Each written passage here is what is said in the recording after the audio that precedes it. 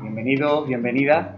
Muchísimas gracias por asistir a este evento en estos tiempos algo más restringidos, ¿verdad?, en cuanto a los espacios y a las medidas de seguridad. Hoy tenemos a alguien muy especial. Ahora pasaré a que él mismo también se presente porque es de digna mención que nos acompañe en el día de hoy aquí en Tenerife. Primero, agradecer a todas las personas que nos están siguiendo en la distancia. Sé que hay muchas personas implicadas en ello. Y también, como no, a las personas que hoy están presentes en la sede central de Tenerife de Radio ECA. Hay contactos de alianzas, en este caso, y también, como no, personas de la comunidad educativa de Radio ECA. Está representada la Asociación de Alumnado y Alumni, hoy aquí, también contactos como Cáritas y también otras personas que se han querido sumar a este espacio de encuentro y diálogo que viene siendo, como saben, pues una dinámica habitual en Radio ECA. Crear espacios de reflexión en torno a temas sociales, educativos y pedagógicos que nos ocupan, que nos deben ocupar desde el compromiso compartido y también desde nuestro afán de transformar las realidades de la educación y transformar realidades que nos preocupan y que nos ocupan. Así que le vamos a dar inmediatamente paso al invitado de hoy, podría decir de honor, si me permite, Josep. Bueno, pues muchas gracias a Radio ECA y en la delegación de Tenerife. Fue, yo creo que una gran cosa venir a Canarias en un momento en que se intentó reactivar el CIE de olla fría y no hay nadie interno por una inteligente intervención judicial, cuando se reactivó en la práctica el CIE de Barranco Seco en Gran Canaria y se ha limitado el internamiento por otra intervención judicial digna de reseña, en un momento en que hay una sensibilidad muy fuerte en toda la sociedad porque sí, se asiste cada día a la llegada de embarcaciones que proceden de costas marroquíes, saharauis, mauritanas, incluso senegalesas. Tendremos luego que situar esas cifras, tendremos que situar esas sensaciones. Pero lo cierto es que en un momento en que Canarias y la sociedad canaria siente que están llegando muchas personas por vía marítima, nos encontramos con una pandemia que tuvo la declaración de un estado de alarma en el que se vaciaron los centros de internamiento de extranjeros y tenemos el 23 de septiembre de 2020 la presentación del nuevo Pacto Europeo de Inmigración y Asilo, fecha escogida por el Comisario General de Extranjería y Fronteras para anunciar que se reactivan los CIE, que se reactiva el internamiento en la península para internar sobre todo a argelinos, también a marroquíes recién desembarcados en patera, y en Canarias para internar a personas igualmente recién desembarcadas, pero que puedan ser devueltas vía Mauritania o, en algún caso, vía Marruecos o directamente a Marruecos. El Servicio Jesuita Migrantes publica cada año un informe sobre los centros de internamiento de extranjeros y el informe relativo a 2019 que presentamos el 6 de junio en Madrid es el 10º de una serie. Al ser el 10º de una serie, hemos querido tener una mirada de conjunto sobre esa década que se inicia con 3 informes elaborados en Madrid desde el Centro Pueblos Unidos, que forma parte del Servicio Jesuita Migrantes, que ya en 2013 o en el informe relativo a 2013 se incorpora la Fundación Migra Studium de Barcelona y por tanto ya se saca como Servicio Jesuita Migrantes, y en adelante vamos incorporando la mirada que tenemos sobre los CIE en Valencia, en Algeciras. Y aunque el Servicio Jesuita Migrantes no entra más que en esos CIE, Madrid, Barcelona, Valencia, Algeciras, con su extensión en Tarifa, sí tenemos contacto con los equipos que visitan los CIE de olla fría en Tenerife, de Barranco Seco en Las Palmas y de Sangonera Verde en Murcia. Intentamos tener una mirada omnicomprensiva. A lo largo de estos años, ¿qué nos encontramos? Con que el poder político, no solamente el Ministerio de Interior, mira a otro lado. cuanto más observamos el fenómeno del internamiento, la institución del internamiento, lo que sucede en los CIE, nos damos cuenta que la realidad que estamos contemplando no se corresponde con la que nos presenta el Ministerio del Interior, con la que presentan los debates entre los partidos políticos. De ahí el título, 10 años mirando a otro lado. De ahí nuestra propuesta, mirar de frente. Bueno, no entro en la presentación de los prólogos, que son interesantes.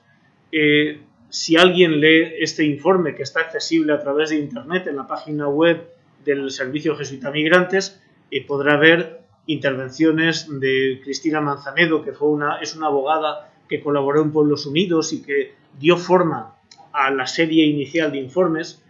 También hay una intervención de Santiago Yerga, que precisamente estuvo en esta casa, en Radio ECA, recientemente, ahora mismo director general de Migraciones, y que estuvo en Pueblos Unidos, y es el que dio, digamos, la orientación a los informes más recientes. Y ahí fue un honor trabajar con él, y bueno, pues ahora sí, de algún modo liderar el equipo de trabajo. También hay un prólogo de Elisa García, una penalista malagueña, que tiene una labor muy notable de observación de las vulneraciones de derechos humanos en los CIE. Pero hay una parte del informe que quedó como muy chica, que es la explotación de los datos estadísticos que cada año pedimos al Ministerio del Interior a través del portal de la transparencia. ¿Qué sucedió? Que este año solicitamos los datos el 10 de enero, como mucho tenían que habernos proporcionado los datos el 10 de marzo, pongamos el 13, porque el 10 era viernes, el 13 era lunes, empezaron a tramitar. El 13 de marzo todavía no había un estado de alarma. Cuando dejé unos días de cortesía para decir, bueno, ¿qué pasa con esos datos? Ya teníamos estado de alarma y dijeron, pues estos datos estarán en un cajón. Acaba el estado de alarma y costó mucho tiempo conseguir datos. Total, en el informe escrito todavía no hemos publicado más que unos pocos datos que habíamos obtenido a través del diputado Johnny Iñárritu. A final de julio, el 29, el Ministerio del Interior sí nos proporciona un buen número de datos solicitados, no todos. El 8-9 de septiembre, el Consejo de Transparencia y Buen Gobierno nos da la razón en algunos de los datos que solicitamos y que no nos han proporcionado, y curiosamente nos niega la razón en la solicitud de datos de personas internadas por su nacionalidad o por la nacionalidad declarada, diciendo que es una información sensible, que afecta a las relaciones diplomáticas entre España y los países que deberían colaborar en la readmisión de las personas que devolvemos o que expulsamos, y que para facilitar la operativa de esa repatriación forzosa nos deniegan esa información. El mismo día que el Consejo de Transparencia y Buen Gobierno nos deniega esa información o nos quita la razón, la señora Fiscal General del Estado, en la memoria presentada al Gobierno de Su Majestad, publica los datos de los 4 principales grupos nacionales. Así es nuestra administración. Como hemos ido obteniendo datos y como seguimos peleando para algunos de los que el Consejo de Transparencia y Buen Gobierno dijo al Ministerio del Interior que nos tenía que proporcionar como muy tarde, el 7 de octubre, y que todavía no nos han dado, vamos a publicar un anexo. Pues bueno, en Canarias tienen ustedes la primicia de un avance, un anticipo de ese anexo. ¿Qué podemos decir del internamiento? Primero, que hay que entenderlo dentro de un marco de movimientos migratorios. Recordemos que los movimientos migratorios hacia España fundamentalmente son en avión, fundamentalmente de personas que vienen como turistas y que luego prolongan su estancia, o de personas que nada más llegar como turistas solicitan asilo. Hay una minoría de personas que llegan irregularmente por vía marítima o terrestre en el norte de África, vía marítima por Canarias, por Baleares, por la costa cartaginense, andaluza, incluso por Ceuta y Melilla. Es una minoría, y aunque ahora mismo Canarias sienta que los números son elevados, si nos damos cuenta y comparamos con el conjunto de España, son números muy reducidos. Y mucho más en un año en que las fronteras exteriores, las fronteras aéreas, están cerradas y que, por tanto, lo que habrá al final como inmigración en 2020, pues no estará muy lejos de los 20 y pocos mil que han ido entrando hasta ahora. Recordemos que 2006 es el año de la crisis de los cayucos en Canarias, que luego en 2007, 2008, 2009 va disminuyendo la cifra de entradas irregulares por la frontera sur y la ruta canaria queda como muy plana a partir de 2008-2009. Y hasta 2013-2014 las cifras de entradas irregulares son muy pequeñas. En 2014-15 sí tenemos más entradas por vía terrestre en Melilla y en Ceuta. Es el inicio de lo que sería el éxodo de sirios hacia la Unión Europea a través del norte de África y de Melilla. Y en 2016 se inicia un ciclo creciente de entradas marítimas por la frontera sur española. Y empieza un ciclo en el que el internamiento no está tan orientado a personas con orden de expulsión, sino a personas que al haber sido detenidas en el momento de entrar o cuando acaban de entrar fuera de los cauces regulares por las fronteras españolas, tienen una orden de devolución. Si miramos las grandes cifras, 2018 es un año de llegadas muy intensas, especialmente por las costas andaluzas. 2019 son cifras que están en la mitad de las de 2018 y en general 2020 pues eran cifras también bastante inferiores.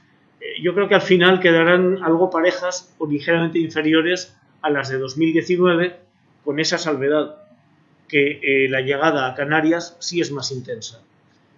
Pero este es el marco que nos permite pensar fenómenos como la expulsión, la devolución y luego el internamiento. Las expulsiones y devoluciones son fenómenos limitados, acotados. ¿Por qué? Si cada año antes de 2008 podían entrar 200.000, 250.000 inmigrantes al año, ¿cuántos se expulsaban? Pues en 2009 13.278 y se devolvían, porque se les había detenido entrando en la frontera, 7.526. En total estamos hablando de unas 21.000 personas, 22.000. ¿Por qué solamente 21.000, 22.000? Porque expulsar y devolver es caro. ¿Por qué disminuyen las cifras de devolución y de expulsión entre 2009 y desde luego antes y 2015-2016? Hombre, porque con la crisis económica, con el paro tan elevado, entre 2008 y 2010 entran algunos inmigrantes fundamentalmente por reagrupación familiar, pero desde 2010 a 2015 España no es un país atractivo para la inmigración.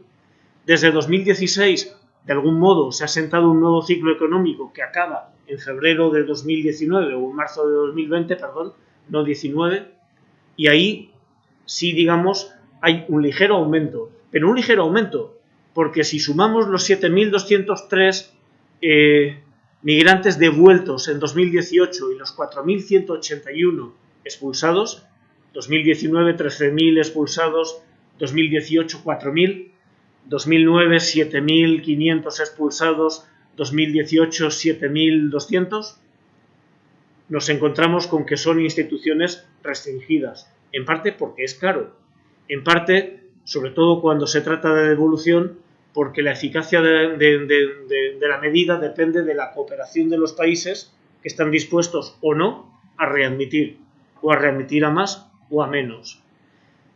De cara al futuro, sí tenemos que pensar que la Unión Europea nos manda el mensaje: expulsen, devuelvan, o como dicen, retornen, sean eficaces, pero las expulsiones y las devoluciones seguirán siendo un fenómeno limitado que no se refiere a todas las personas que han entrado en situación irregular o que han quedado en situación irregular. Quitémonos este fantasma.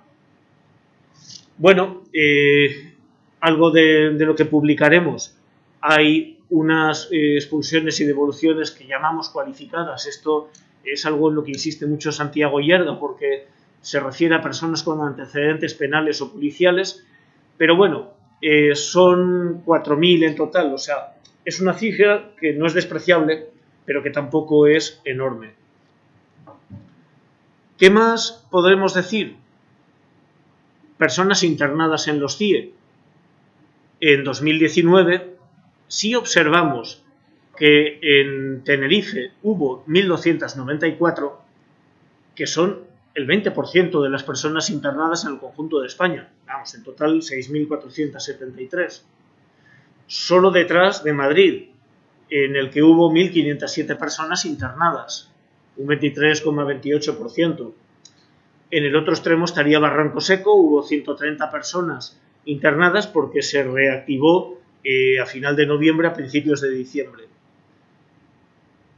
Las cifras de internamiento del año pasado, 6.000 y pico, son bajas en comparación con años anteriores. En 2009, 17.203 personas internadas. En 2019, 6.473. ¿Por qué?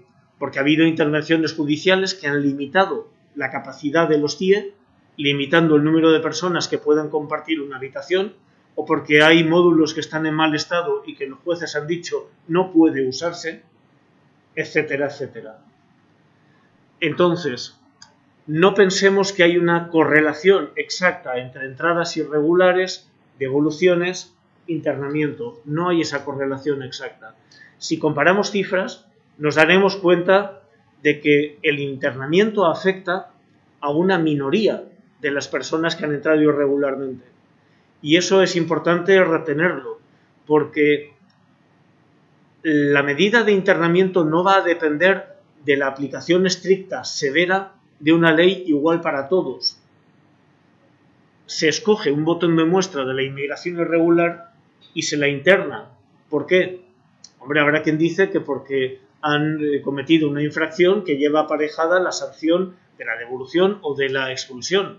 Sí, es cierto, pero cuidado.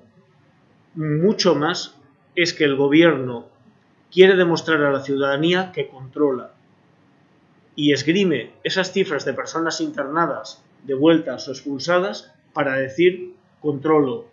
Y el 23 de septiembre anuncia la reactivación de los CIE en clave de política europea para decir a la Unión Europea, aunque este Pacto Europeo de Inmigración y Asilo no recoge lo fundamental por lo que yo había peleado, yo estoy a por todas. Es una mera declaración política que afecta a la vida, al bienestar, al malestar de personas que están buscando protección o que están buscando una vida mejor. Mujeres en los CIE, afortunadamente pocas y cada vez menos. Si comparamos las 715 de 2012 y las 171 de 2019, la disminución es patente. Y en 2019, 120 mujeres en Madrid, 51 en Olla Fría. Hay solamente 2 CIE en 2019 en que haya habido mujeres. Ahora dicen que en Barcelona se estaba preparando un módulo para mujeres. Bueno, a mí me da la impresión de que la política, afortunadamente, es limitar al máximo el internamiento de mujeres. Y no está mal. Grupos nacionales. Hombre, lo famoso que nosotros no se nos podía proporcionar porque, claro, que van a hacer los países de origen, pero que la Fiscal General del Estado publica sin ningún problema. Un 41% de los internados en 2019 eran marroquíes, un 30% argelinos y luego, curiosamente, un 4% albaneses y, por lo que me han dicho ustedes, fundamentalmente aquí, en Olla Fría, en Tenerife, y un 3% senegaleses, y yo diría más bien también aquí en Olla Fría. Hombre, quizá en diciembre alguno en Barranco Seco. Igual que en 2018, hay 2 nacionalidades que copan el internamiento, Marruecos y Argelia. Y por lo que son las instrucciones en este momento, vemos que Argelia es el país que copa, o que está llamado a copar, aunque afortunadamente el internamiento está limitado y ahora mismo pues es muy problemático. Principales causas de internamiento. A ver, si desde 2016 el fenómeno de las entradas irregulares por vía marítima es creciente, es normal que el internamiento se refiera mucho más a procedimientos de devolución que procedimientos de expulsión. El 67% de internamientos en 2019 eran por devolución y el 31% por órdenes de expulsión. Y luego sí, un 2,27% por denegaciones de entrada y un 0,03% por salidas obligatorias. Estos son, digamos, causas muy sintéticas. Si afinamos un poco más la mirada, pues sí, vemos que un 58% de los internados era porque habían entrado ilegalmente en patera, o un 24% por mera estancia irregular, expulsión por mera estancia irregular, pero ya de ese 24% bajamos al 3,29% personas que han sido condenadas penalmente y que al acabar la condena se encuentran con que ya no está vigente su autorización de residencia y se les impone una orden de expulsión. Entonces estamos hablando fundamentalmente patera, estancia irregular y luego pequeños grupos con otras causas, que no voy a entrar ahora en detalle. Menores identificados en CIE, oficialmente 41, pero si contabilizamos las personas que nos han declarado ser menores, que luego lo son o no, pero en general lo son muchas más. Pero uno de los problemas que nos encontramos es con la metodología para determinar, y más que para determinar, para decretar la mayoría o minoría de edad. Asilo en CIE. A ver, así como en 2017 por las revueltas del RIF hubo una incidencia mayor de solicitudes de asilo y sobre todo de marroquíes en los CIE, luego, podríamos decir que disminuyó un poco y en 2019 ha aumentado la cifra de solicitudes, a veces como mera estrategia procesal para alargar los plazos de internamiento, para diferir la posible devolución, pero cuidado, aunque son 2.164 solicitudes cursadas en CIE, un 15%, 326, han sido admitidas a trámite. Podemos decir, hombre, son pocas, un 15% no es mucho. Bueno, si consideramos que hay personas que tienen perfiles dudosos y si hay personas que dicen, mira, yo aunque no me vea con perfil lo intento, pero que haya un 15% de admisiones a trámite, que haya 326 personas en esta situación, indica que algo ha funcionado mal en el desembarco, algo ha funcionado mal en la primera identificación policial, algo ha funcionado mal en la vista en la que un juez de instrucción ha autorizado ese internamiento. Y Canarias precisamente saltó, al primer plano de elaboración jurídica porque una juez de San Bartolomé de Tirajana elevó una cuestión prejudicial al Tribunal de Justicia de la Unión Europea precisamente sobre la solicitud de asilo, qué hacer con quien en esa vista judicial declara su intención de solicitar asilo y si puede o no utilizar un CIE para personas que solicitan asilo y que si no quedan en la calle.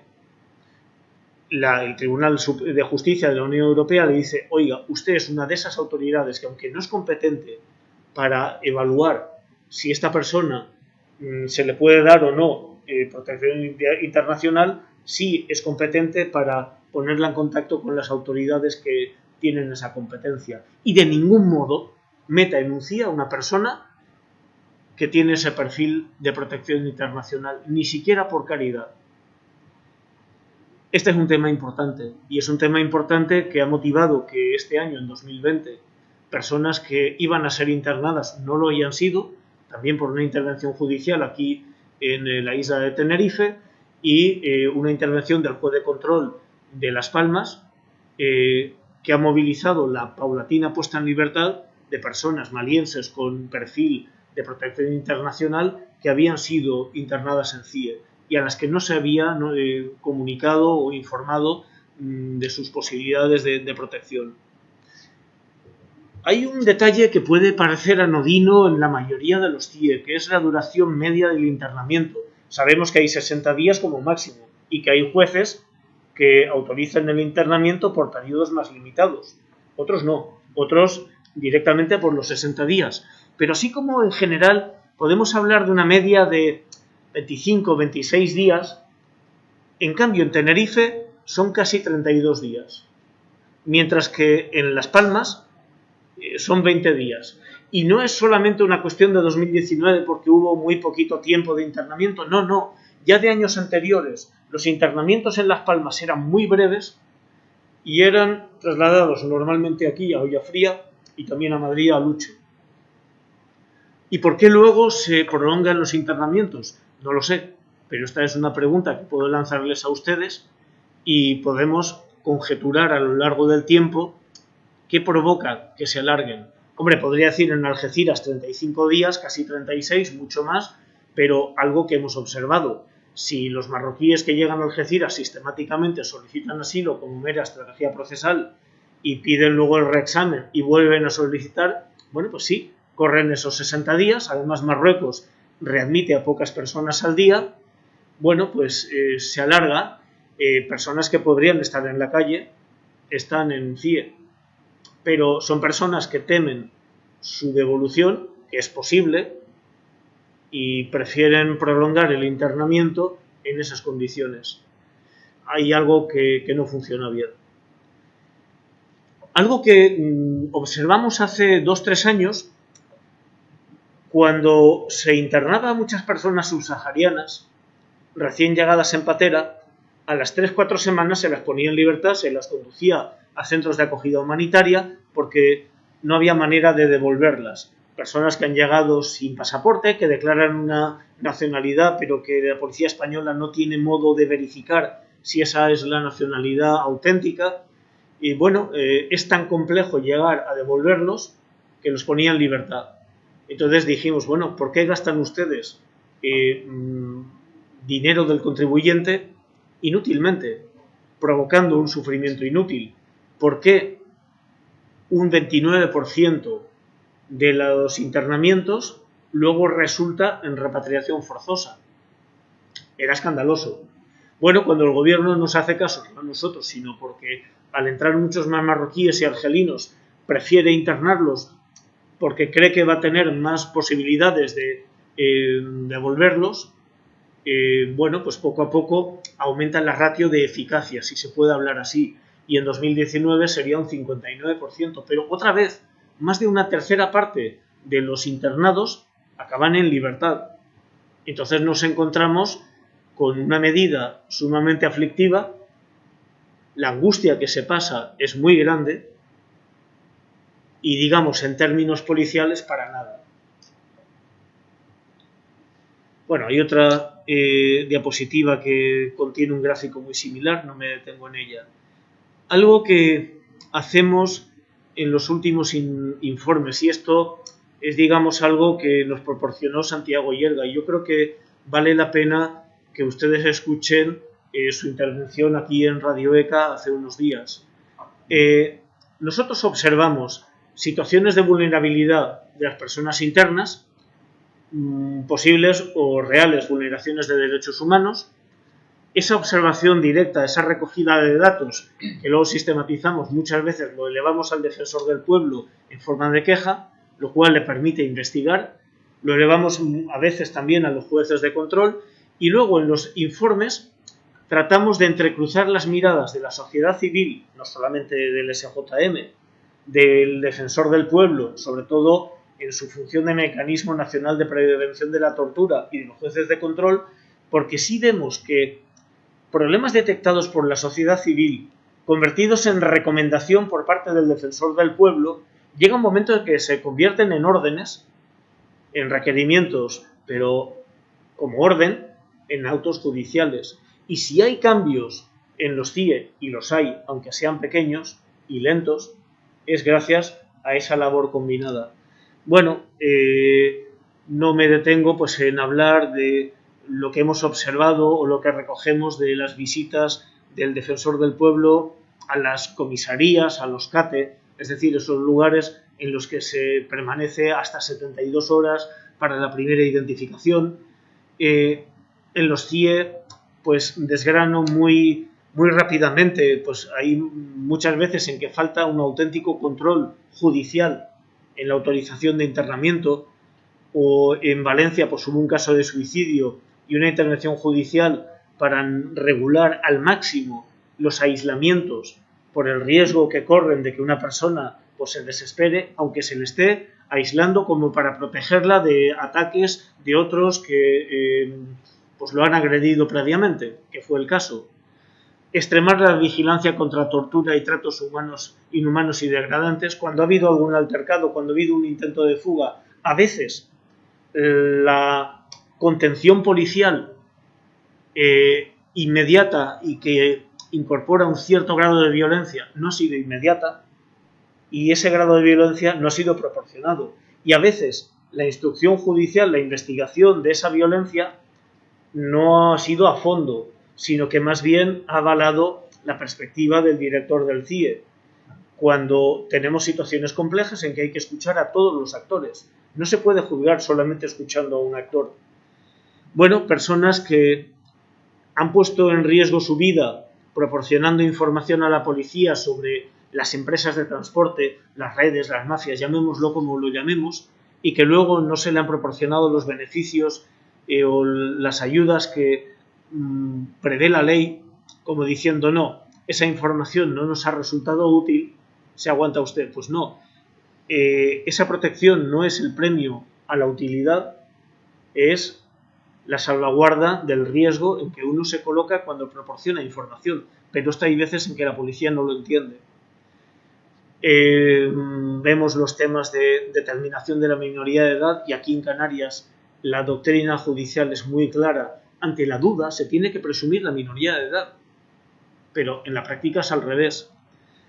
Personas con problemas de salud física y mental maltratadas o insuficientemente tratadas por los servicios médicos y de enfermería de los CIE,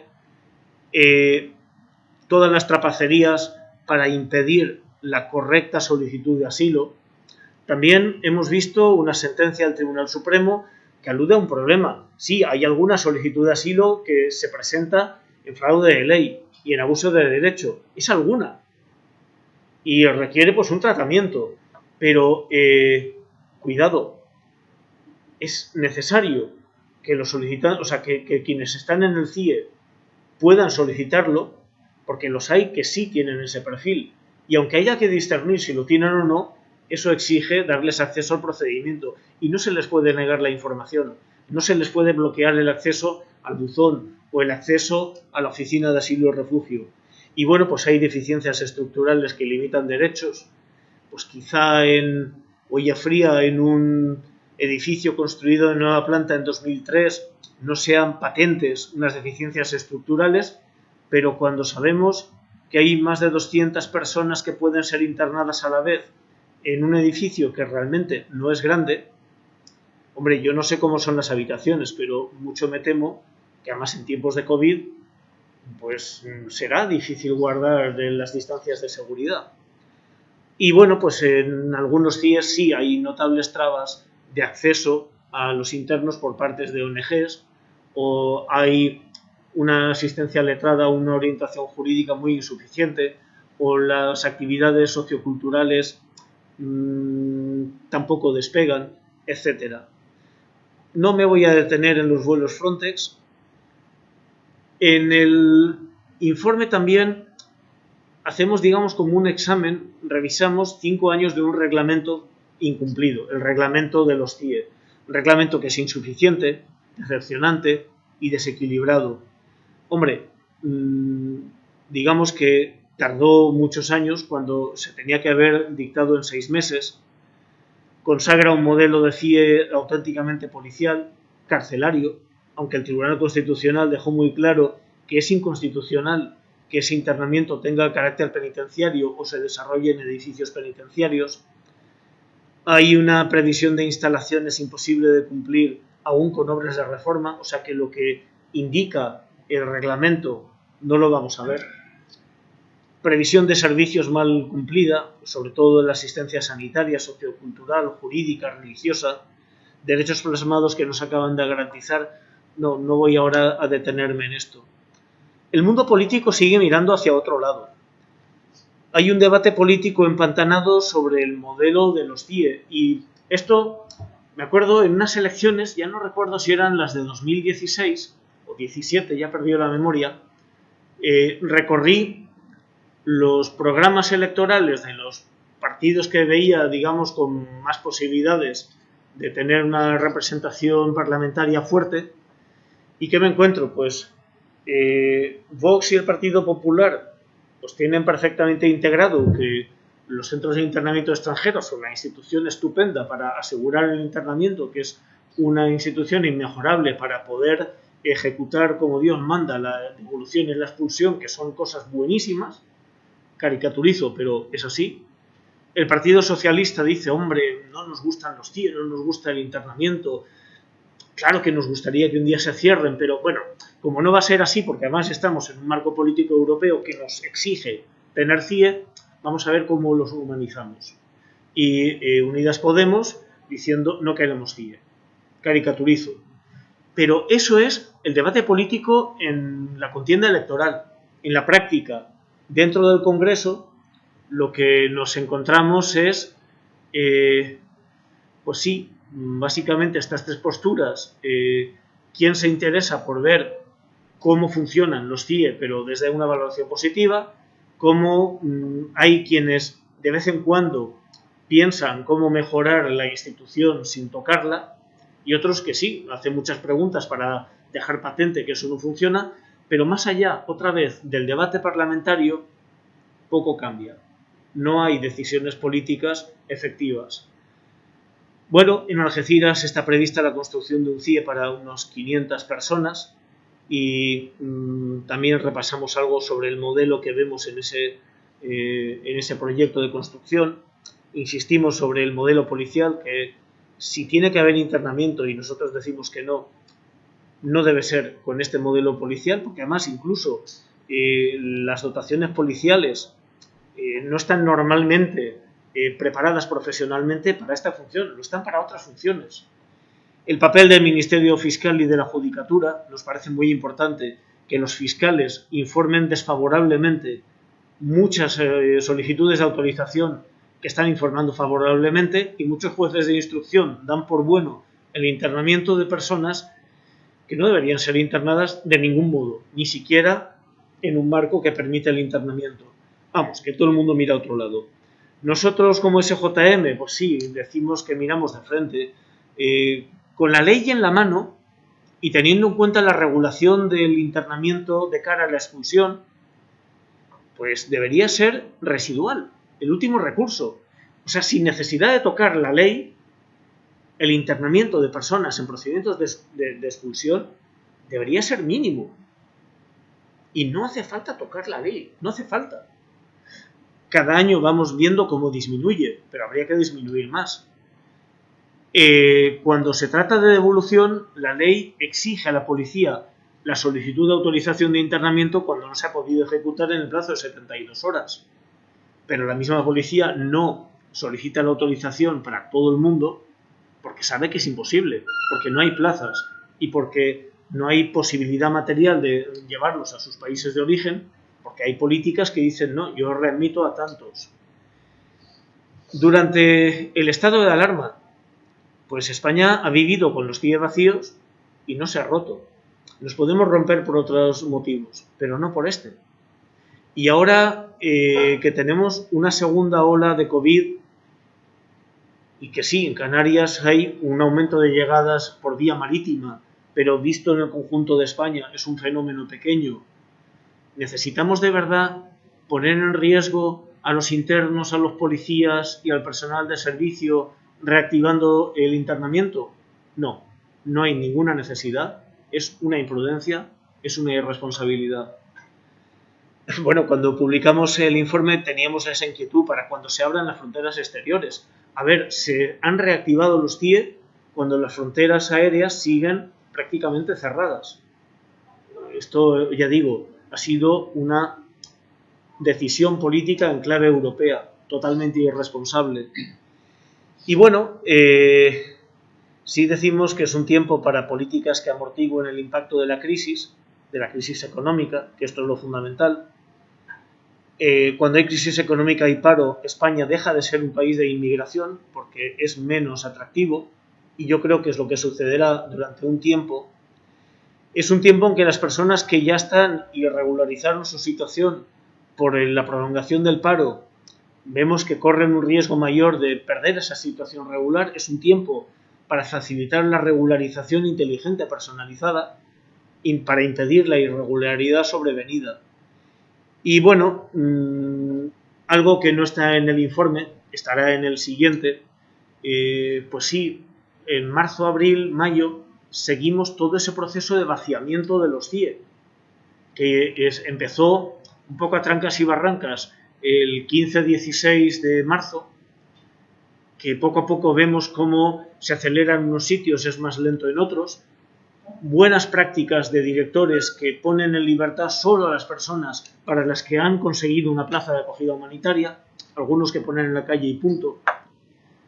Visto en el conjunto de Europa, y estoy en una reunión con 40 personas de toda Europa, no solo de la Unión Europea, me di cuenta de que España era prácticamente el único país que había hecho sus deberes, que se dio cuenta de que el internamiento es una medida cautelar en procedimientos de expulsión y de devolución que cuando es imposible de ejecutar, no tiene sentido el internamiento. Y lo hicieron bien. Por eso ahora digo, lo hacen mal. Los CIE quedaron completamente vacíos el 6 de mayo. Había 3 sujetos que por antecedentes penales y de seguridad muy fuertes, pues estimaron las autoridades que era mejor que completaran los 2 meses. Y viendo algo del perfil de estos 3 sujetos, digo, no estuvo mal. Pero una vez vacíos, España no se rompió. Durante ese tiempo, a final de abril, ya la juez de control de Murcia elaboró un protocolo de prevención de COVID-19 diciendo, bueno, si un día se reabre, ¿cuántas personas pueden estar en función de la superficie de las habitaciones o de los comedores? ¿Qué hay que hacer? Ese auto ha sido importante para que don Arcadio Díaz, el juez de control de Barranco Seco, en Las Palmas, haya dicho, por más allá de esos 42 que han sido internados, que no se interne a nadie más por prevención COVID, sobre todo en un CIE que sí sufrió el contagio de 5 internos y el aislamiento preventivo de otros 12, un contagio provocado, y ahora no recuerdo si era por alguien del personal de limpieza o de la dotación policial, poco importa. Pero bueno, ese auto ha servido para elaborar otro y ahora mismo se están convirtiendo en referencia en otros lugares de España para decir cómo limitar el internamiento reactivado. Pero bueno, como hubo un contagio de COVID hace 2 días en Barcelona, vemos que hay una serie de concentraciones pidiendo que se cierre de nuevo. Ha habido algunos internos que se han puesto en huelga de hambre. O sea, otra vez, una mala decisión política por motivos totalmente ajenos a las políticas migratorias bien entendidas está provocando una situación realmente mala. Y la reactivación, pues es lo que hemos dicho, o sea, no están activos ahora mismo Valencia y Algeciras por obras. En Algeciras las obras que acabarán en breve, quizá internen a alguien en noviembre. Lo que sí observamos es que la Comisaría General de Extranjería y Fronteras no ha elaborado un protocolo marco de prevención COVID, sino que cada director está haciendo lo que buenamente puede en diálogo con los jueces de control, y afortunadamente hay esa labor de red de la sociedad civil que hace circular esos autos. En Canarias es muy preocupante el tema de las devoluciones vía Mauritania, sobre todo de malienses, y es cierto que en este momento se ha podido neutralizar algo que sería una infamia por parte de España. Y bueno, yo sigo creyendo que por más que se haya dado orden de internar a argelinos, sobre todo, y marroquíes, cuando Argelia tiene previsto un referéndum constitucional el 1 de noviembre, no creo que tenga mucha voluntad política de readmitir a personas que han salido porque están hartas, porque la situación económica es muy mala, porque la situación política sigue estando secuestrada por una pequeña élite militar que controla los resortes políticos, económicos y sociales. Y en Marruecos, pues bueno, tiene las migraciones como una herramienta política y diplomática, y en Canarias esto lo saben perfectamente. Entonces jugará, hoy te readmito, hoy mando más gente para Canarias, hoy permito, hoy no. Pero todo esto, igual que el tema de COVID, forma parte del informe del año que viene. O sea que ustedes están teniendo unas primicias buenísimas que nadie en la península ha tenido. Hombre, uno es mallorquín y tiene esa solidaridad insular. Y ahí me paro ya. Bueno, le damos un fuerte aplauso a Josep Boades, que ha hecho un repaso muy gráfico, y nunca mejor dicho, porque además lo ha acompañado de datos absolutamente certeros y que apuntan a una realidad concreta a la que también nos sentimos, bueno, apela a la corresponsabilidad, sin lugar a dudas. Desde entidades como Radio ECA, sin lugar a dudas, cogemos el guante para también desde el punto de vista de la comunicación aportar toda esa sensibilización, esa labor pedagógica desde la comunicación que se debe hacer para que esta situación se conozca. Creo que no todo el mundo la conoce y creo que estamos haciendo aquí una labor excelente de pedagogía para acercar a esas personas que hasta ahora no han tenido la oportunidad de conocerlo, también desde el punto de vista, vuelvo a repetir, de la corresponsabilidad, conocer realidades para poder cambiarlas. En esa labor, Josep Boades ha sido, sin lugar a dudas, magistral, ¿no? Me van a permitir, porque nos ha hecho un recorrido verdaderamente absolutamente objetivo, pero por otro lado apelando también pues a esa conciencia que creo que tiene que tocarnos a todos y a todas. Ese ha sido el objetivo del día de hoy también, de la visita de Josep a las instalaciones de Radio ECA en Tenerife y también a las personas que nos están viendo. Precisamente en este espacio de encuentro nos parecía oportuno también, tanto para las personas que nos están viendo desde el canal en línea, como para las personas presentes, abrir un pequeño turno de intervenciones para aquellas personas que se hayan quedado con ganas pues, de interactuar, por eso de dar la posibilidad de hacerlo. ¿De acuerdo? Así que tenemos ahora unos minutitos, les pido brevedad para que podamos concretar, ¿verdad?, esas cuestiones que tengan ahí en el tintero y que ahora puedan formular. Así que muchísimas gracias de nuevo. Abrimos el turno de preguntas. Adelante. Yo no sé si lo comprendí bien, pero entendí que es posible cerrar los CIE sin modificar la ley, sin modificar la ley civil. Y si fuera así, ¿qué alternativa dentro de la ley actual se podría dar a los CIE? A ver, lo primero, digo que en procedimientos de expulsión la ley prevé algunas medidas cautelares para asegurar la ejecución. Pues, por ejemplo, la presentación periódica ante un juez. Yo no sé si sería posible pues la pulsera telemática de seguimiento que usan para población en tercer grado penitenciario. Ahora mismo no lo sé, pero la ley, por ejemplo, sí, la presentación periódica. Cuando alguien tiene su propio domicilio, pues es más habitual que no lo lleven a un CIE.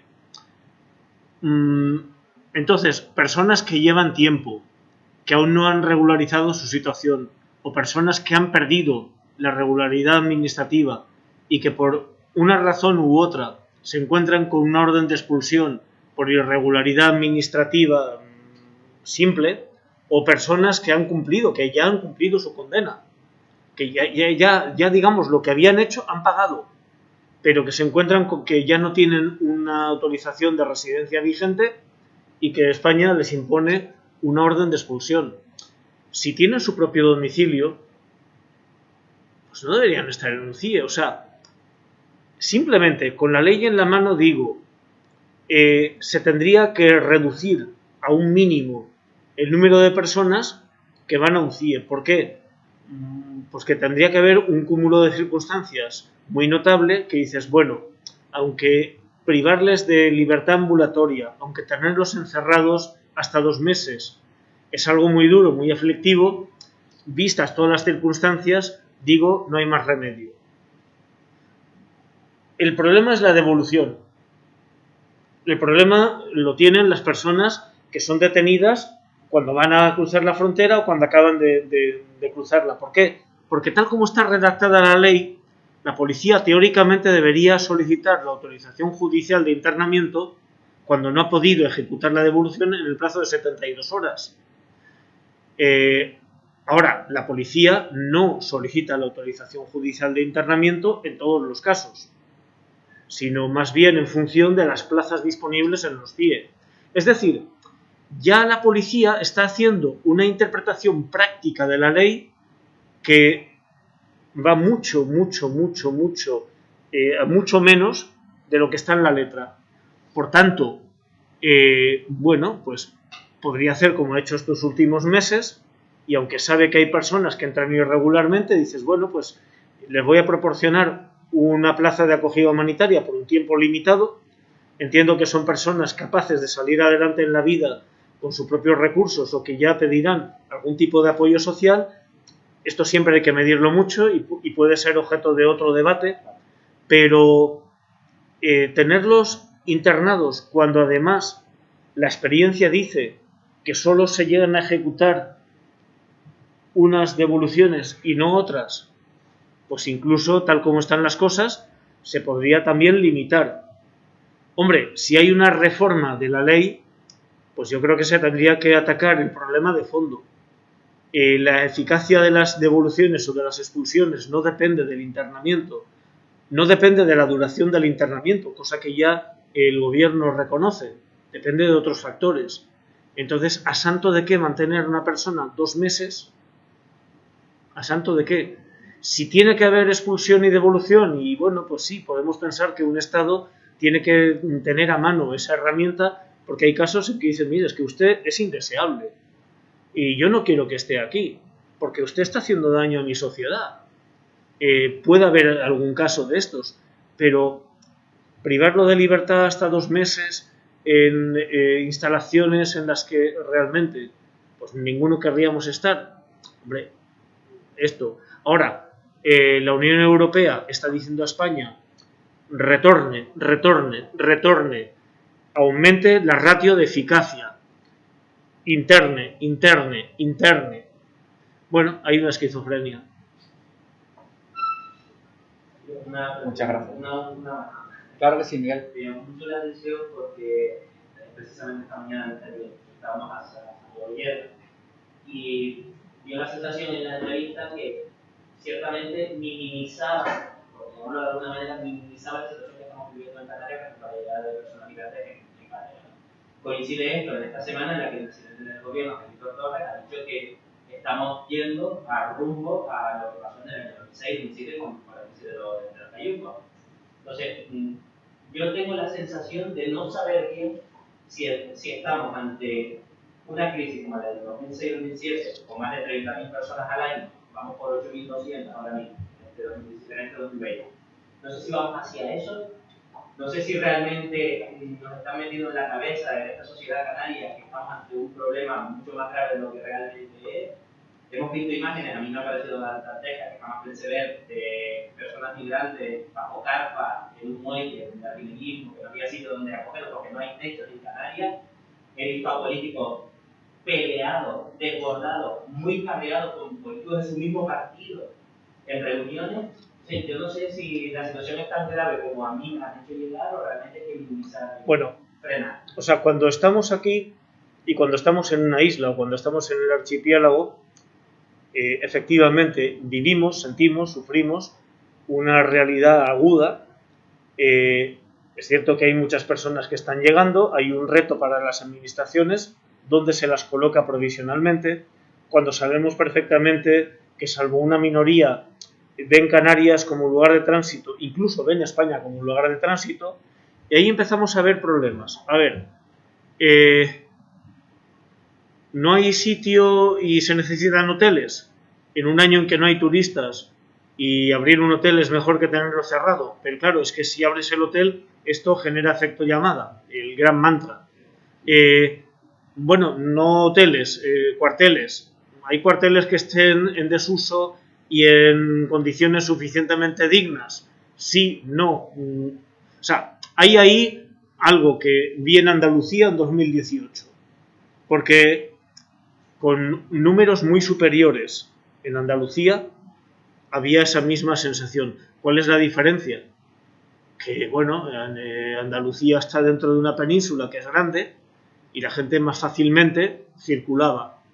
Esa es una gran diferencia. Ahora, también decía, hasta 2019, hasta febrero de 2020, tenemos una coyuntura migratoria intensa, sobre todo de venezolanos, colombianos, hondureños, nicaragüenses, salvadoreños, italianos y marroquíes. Esto es lo principal.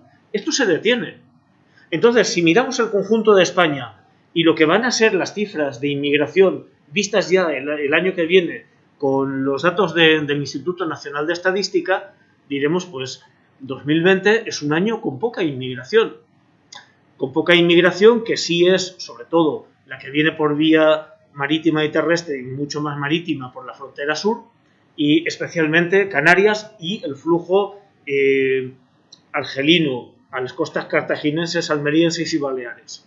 Esto es lo fundamental. Entonces tenemos dos fenómenos agudos, intensos, localizados y pequeños dentro de un panorama que no es el que proyectamos. Ahora, el reto de gestión, el reto político, el reto social que tienen ustedes en Canarias merece mucha consideración. El traslado sí es una política necesaria para, digamos, que no haya saturación. ¿Cómo hacer esa política de un modo ordenado, humanitario, inteligente? Bueno, ahí sí, nuestros representantes tienen que pensar bien y nuestras administraciones tienen que pensar bien. Y como sociedad civil, pues claro que tenemos que participar en el debate y también hacer propuestas, protesta y propuesta, las dos cosas a la vez.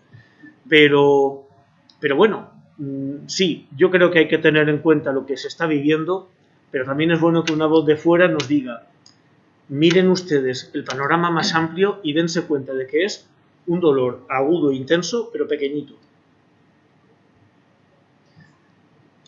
Adelante con alguna otra cuestión. También le damos paso a las personas que nos están siguiendo en línea a través del canal de YouTube. Tenemos abierto el chat para quienes quieran hacer esas intervenciones.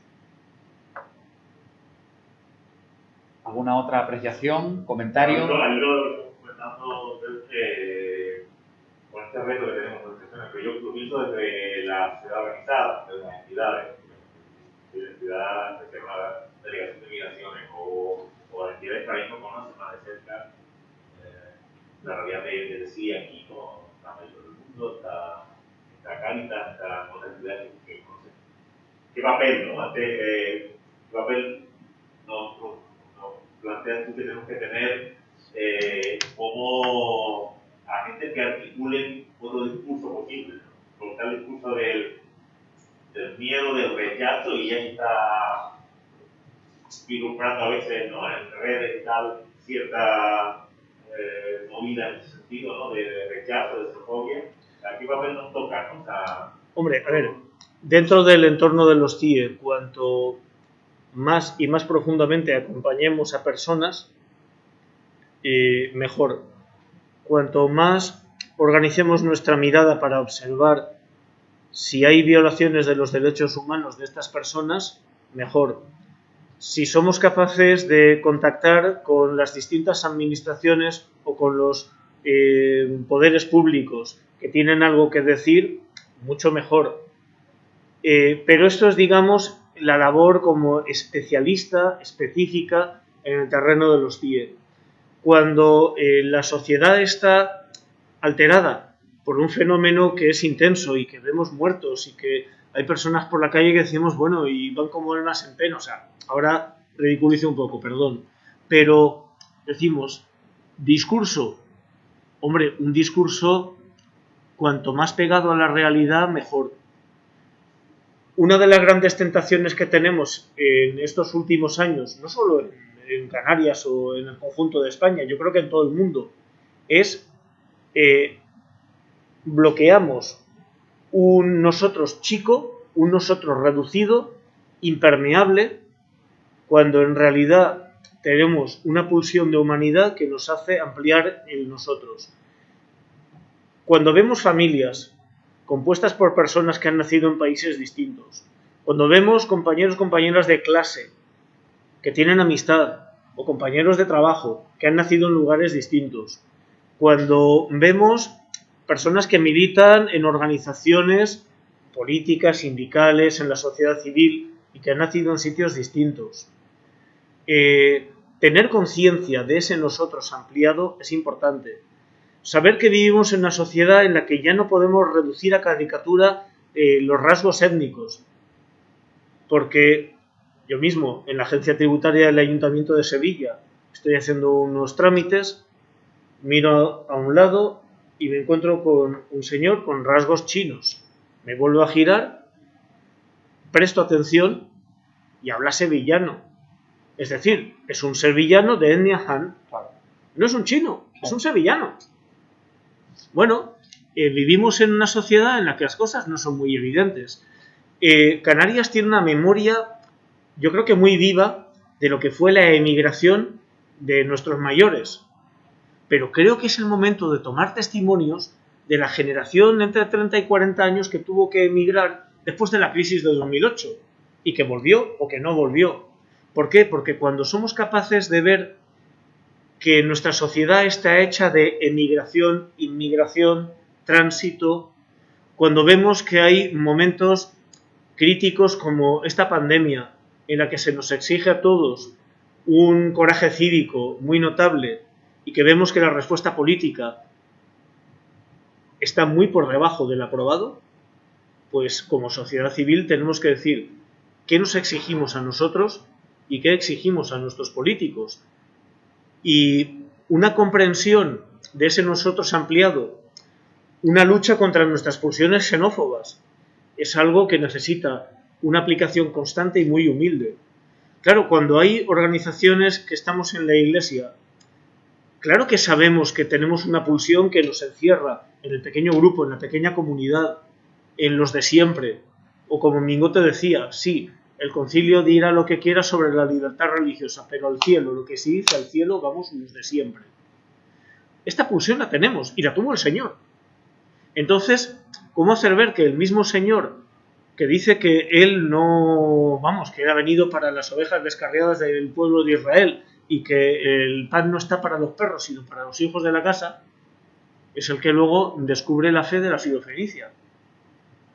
Y constantemente nos vemos confrontados a esto. Entonces, no tenemos que tener miedo de ver nuestra pequeñez, nuestro pecado, nuestra limitación, y a la vez cómo ensanchar la mirada, sin demasiados idealismos utópicos, muy pegados a la realidad, pero sí es necesario ese ejercicio constante, y en primer lugar en casa. Por tanto, también, cómo poner de manifiesto esas experiencias de amistad, de amor, de familia, de trabajo compartido entre personas de orígenes distintos. Hay que hacerlo. Cómo poner de manifiesto esa lucha para no quedarnos encerrados. Hay que hacerlo. Cómo poner de manifiesto lo que es ese germen del reino de los cielos en la hospitalidad. Hay que hacerlo. Y si nos movemos a la práctica de la hospitalidad en un momento en que la respuesta primera que se pide a la sociedad es la hospitalidad y en que la tormenta política tiene que ver con la hospitalidad, ahí sí tenemos mucho que decir. Y si queremos decir algo a los poderes públicos y nos preguntan qué legitimidad tenemos, es la legitimidad que nos da haber vencido a nuestros propios demonios y haber ensanchado la hospitalidad. Y con esto a mi día ya me detengo. Juan Carlos González, de Signo de Vida, que antes nos ha acompañado en un espacio de encuentro diferente, más distendido, nos conecta desde YouTube y nos dice lo siguiente. Simplemente es un agradecimiento, ¿verdad? Agradecimiento a ese acercamiento que nos ha hecho Josep a esta realidad que nos toca tan de cerca, al pueblo canario, al hilo de las palabras que antes pronunciaba.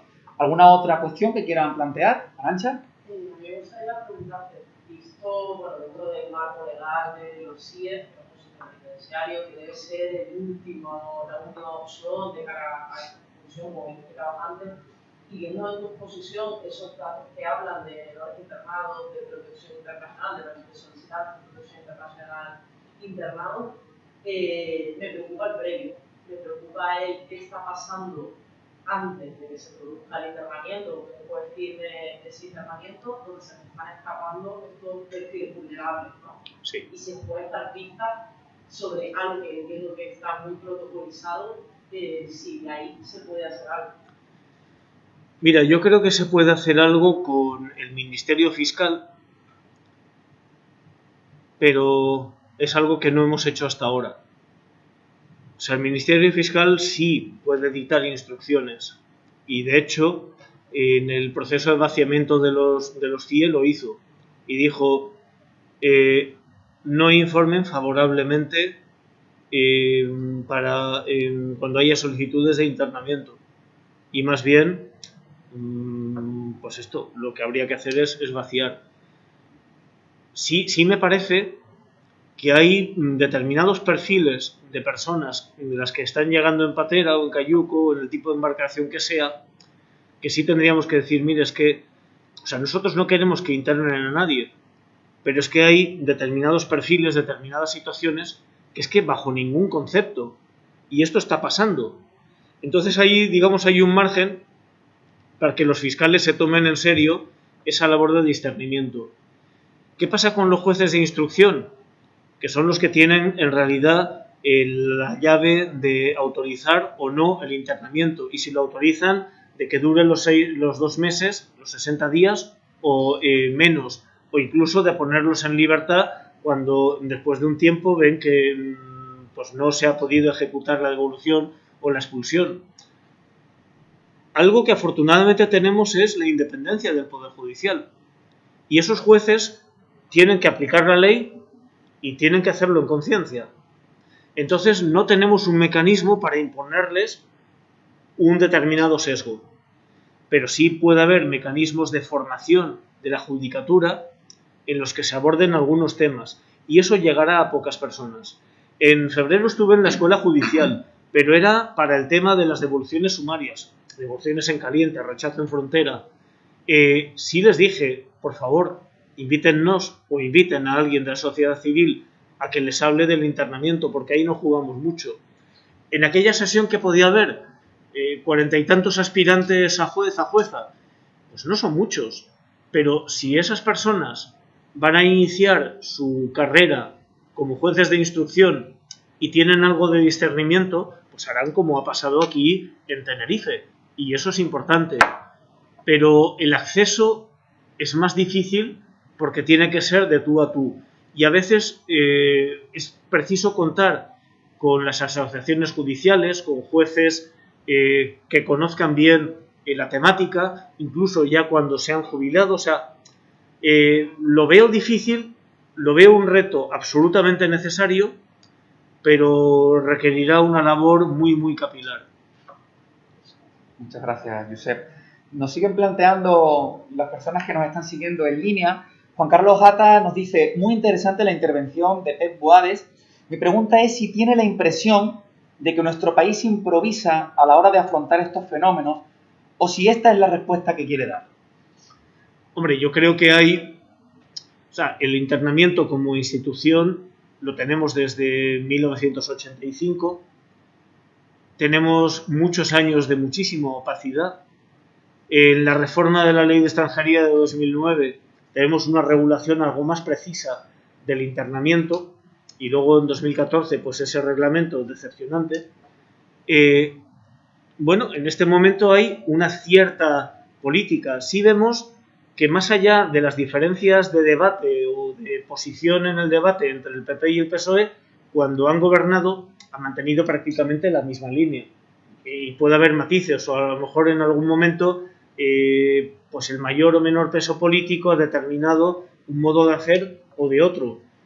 Y luego, sobre todo, en las migraciones hasta ahora, en la alternancia política, se han mantenido bastante, no del todo, como política de Estado, mucho más que de contienda electoral. Es cierto que la irrupción de un partido como Vox sitúa la inmigración en ese debate partidista, lo saca de ese marco que sería más deseable, y sobre todo tenemos un marco político europeo que no nos es favorable. Entonces, ¿me gustaría reformar la ley? Sí, claro. ¿Va a ser posible? pues casi digo, virgencita, que me quede como estoy. Porque soplan mal los vientos.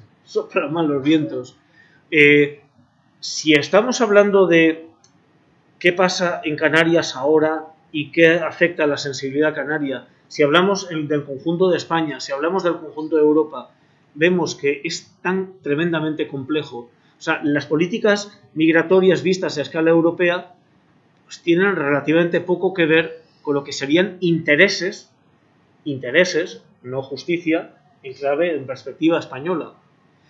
Yo, me temo que estamos remando contra corriente, seguiremos haciéndolo, pero cuanto más y mejor conozcamos el internamiento, cuanto más y mejor, con datos en la mano, podamos decir la falta de justicia que hay en esa medida, más deslegitimaremos las posiciones políticas que dicen no, si el internamiento es algo buenísimo, deseable, y que ampliar, y que prolongar, y que endurecer. Bueno, nos toca esa observación y esa labor de decir, usted me habla de un discurso, en su discurso, de algo que yo no reconozco mi observación atenta, muy atenta, metódica de la realidad. Muchísimas gracias, Josep Boade. Queremos agradecerte todo el esfuerzo, no solamente por estar aquí, sino por hacer este recorrido tan gráfico, como decía antes, por esta realidad, esta dura realidad. Nos invitas a ser abrazos solidarios, nos invitas a ser tierra de acogida, ¿verdad? Ser hogar, entendiendo el mundo como el hogar de todos y todas, esa casa común. Por otro lado, por supuesto, también agradecer al Servicio de Ayuda de Migrantes esta oportunidad que hemos tenido gracias a tu presencia aquí y todo el aparataje que también supone cualquier organización, también en Gran Canaria, ayer y hoy aquí, en Tenerife, porque además hay que resaltar que es la primera vez que se presenta en 10 años, en este momento, con lo cual, bueno, agradecimiento es lo que nos sale. Sobre todo gracias, que diría también nuestro anterior director, ¿verdad? Don Lucas López. Sobre todo gracias. Y también sobre todo gracias a las alianzas, a todas las personas que han asistido, aquellos que han sido también partícipes de una manera u otra en la elaboración, en las ideas y en la gestión, en la génesis de todo esto que nos ha presentado Josep, y también a las aquí presentes, que no me canso de reforzar, a nuestra representante de la Asociación Alumnado Alumni. Hay representantes también del profesorado de Radio ECA, de las delegaciones también, compañeros y compañeras que también han sido partícipes de la organización hoy, de comunicación, Cáritas y otras personas que se han querido sumar amablemente a escucharnos en esta tarde de viernes. Y por supuesto también a nuestro director general que está hoy aquí presente, José María, y a todas las personas que nos han seguido en línea. Muchísimas gracias y volveremos. Amenazamos con no mirar hacia otro lado y seguir la hoja de ruta que nos ha planteado Josep de manera magistral. Muchísimas gracias a todos y a todas. Damos por cerrada la sesión.